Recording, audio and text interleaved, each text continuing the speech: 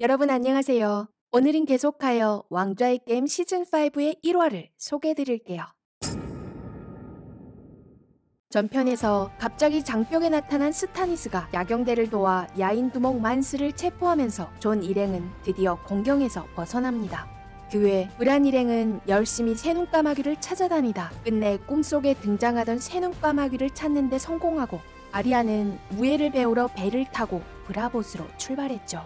한편 킹스랜딩에서 새끼 악마를 대표해 출전한 붉은 독사가 상대 기사 마운틴과 싸우다 죽으면서 새끼 악마는 사형에 처해집니다.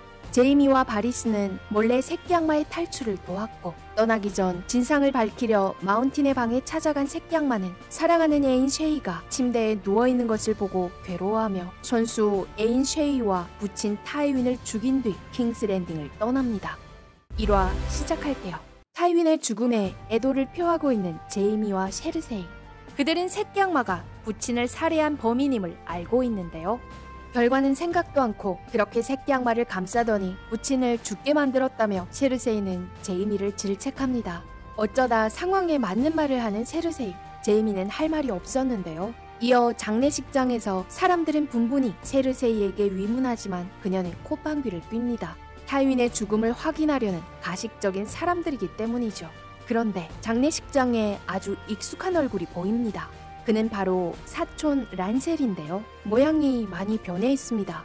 일전에 제이미가 포로로 있을 때 세르세이와 잠자리를 가졌던 그지만 지금은 광신도가 되어 7신의 빛을 섬기면서 예전과 달리 더 이상 세르세이와 엮이려 하지 않습니다. 한편 탈출한 새끼 악마는 어디로 갔을까요? 바리스는 그를 아주 먼 곳으로 데리고 갔는데요. 절대 사람들에게 잡힐 일이 없습니다. 그러나 투지를 상실한 새끼 악마는 의미 없는 하루하루를 보내며 오직 술을 마시는 것에만 집중하는데 바리스는 왜 위험을 무릅쓰고 새끼 악마를 구해준 걸까요? 사실 그에게는 한 가지 목표가 있었습니다. 바로 왕국을 위해 백성들을 다스려줄 통치자를 찾기 위함인데요. 그가 생각해둔 가장 이상적인 인물은 데너리스입니다. 그는 데너리스를 철왕좌에 오르도록 남몰래 묵묵히 그녀를 도왔었는데요. 철왕자의 욕심이 없는 새끼 악마의 지혜와 정치 수단을 더하면 데너리스를 도와 철왕좌에 오르도록 어필할 수 있습니다. 결국 바리스의 설득하에 그들은 데너리스가 있는 곳으로 이동하여 왕이 될 자격이 있는지 그녀의 실력을 검증해 보기로 합니다. 한편 데너리스의 거세병 중 한 명은 임무를 완수 후 율라카에와 창녀의 노래를 듣다 가면을 쓴 하피의 아들들에 의해 목숨을 잃습니다. 얼마 전 데너리스는 미린의 피라미드에 있던 하피상을 끌어내렸는데요. 하피의 아들들은 노예 도시를 통치하는 데너리스가 마음에 들지 않아 반역을 꾀하려는 것 같습니다. 이어 윤카이에서 일을 잘 마치고 돌아온 수아가 데너리스에게 격투장을 다시 열어줄 것을 요구합니다. 격투장은 상대 노예가 죽을 때까지 싸우는 곳인데요. 데너리스는 단지 유흥을 위한 격투장을 다시 열고 싶지 않았습니다. 문제는 격투장의 투사들이 그들에게 있어 아주 의미 있는 곳이라며 다시 격투장을 열어줄 것을 요구했고 데너리스와 사랑을 나눈 다리오마저 자신의 과거를 말하면서 격투장에서 여러 가지 격투 방식을 배워 지금의 자신이 되었다며 물론 격투장이 인간적이진 않지만 그의 인생의 일부분이라 말합니다. 고민하는 데너리스. 그녀에겐 또 다른 고민이 있었으니 바로 지하실에 갇혀 자유롭지 못한 삼룡이인데요. 지금 삼룡이는 점점 더 사나워져 데너리스마저 삼룡이를 통제하지 못합니다. 한편 장벽에서 존은 적극적으로 신인들을 훈련시켜 야경대의 전투력을 강화시키고 있는데요. 회복된 알리선은 야인들을 몹시 증오했는데 세멜의 애인 빌리도 예외가 아니었습니다. 이때 존 앞에 나타난 여사제. 그녀는 존을 스타니스에게로 데리고 가면서 음탕하게 존을 바라보는데요. 대체 무슨 속셈인 걸까요?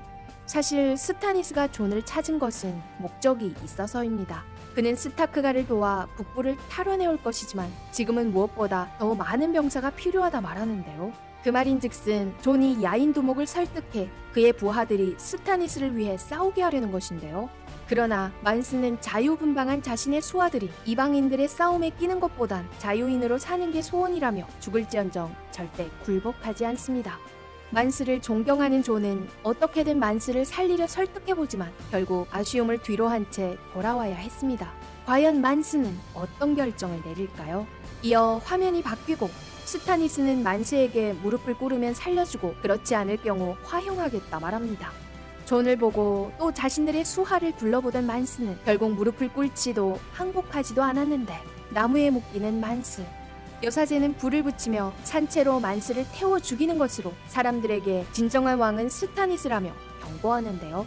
야경대원들은 적인 야인두목 만스의 죽음에 연민을 느끼지 않지만 불에 타 고통스럽게 죽어가는 만스를 멀리서 활로 쏴 죽이는 존.